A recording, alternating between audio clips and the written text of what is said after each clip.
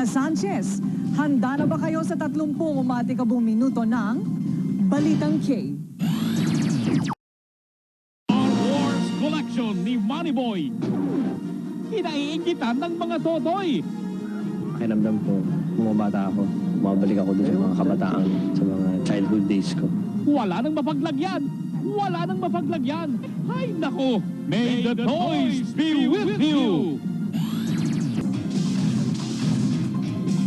Sa mga kabalita nating tausog sa Rayo-Rayo mahapon, mahigit isang buwan na ang nakararaan ng dumugi ng mga manonood ng pelikulang Star Wars Episode 1, The Phantom Menace. Natatandaan pa ba ninyo? Subalit para sa mga tagahanga ng naturang pelikula, halos buong buhay nila ay ibubuho sa pangungulikta ng mga laruan at iba pang paraphernalia ng sikat na sci-fi series. Isa na dito si Ginoong Manny Boy Yam na mayroong humigit kumulang sa 500 koleksyon ng iba't ibang Star Wars character na sinimulan niyang kolektahin noon pang 1994. At mahigit 100,000 piso na daw ang halaga nito. Maliit man o malaki, matyagang inipon ito at ngayoy buong pagmamalaking sinasabi, may the toys be with you.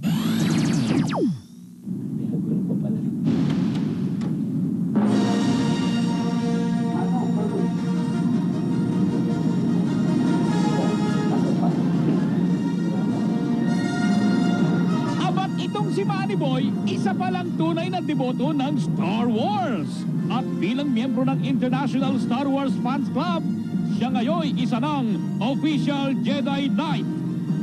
Sa edad niyang 29, kompleto na ang kanyang koleksyon mula sa pangkaraniwang laruan hanggang sa pinakapambihira. Natatandaan niyo pa ba si Rancor?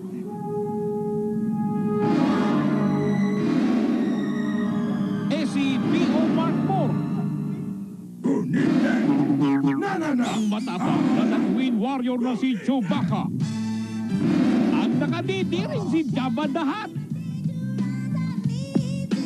Kasama na ang kanyang banda na Max Rebo.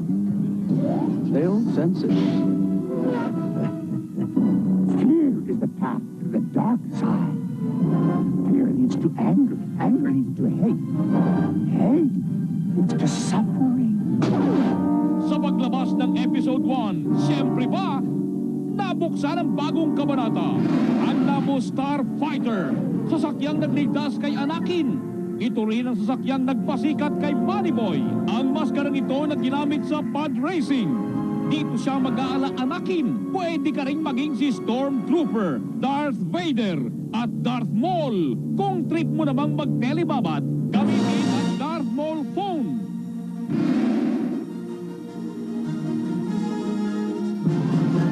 Buhay na buhay ang klasikong Star Wars sa yamang koleksyon ni Moneyboy. Mula sa posters na nagkakahalaga ng $40, mga tuwalyang tila di mo gagamitin sa ganda, librong sing mahal ng encyclopedia, mga gamit pang party, exclusive shirts and shorts, at lahat ng uri ng laruan. Pakiramdam ko, bumabata ako. Pakiramdam ko, bumabalik ako doon sa mga kabataan, sa mga childhood days ko. Sa dami nito, ngayon wala ng paglagyan. Bakit din na lang kanya ipamigay? Hindi. No way. No way. Pwede siguro sa mga anak ko.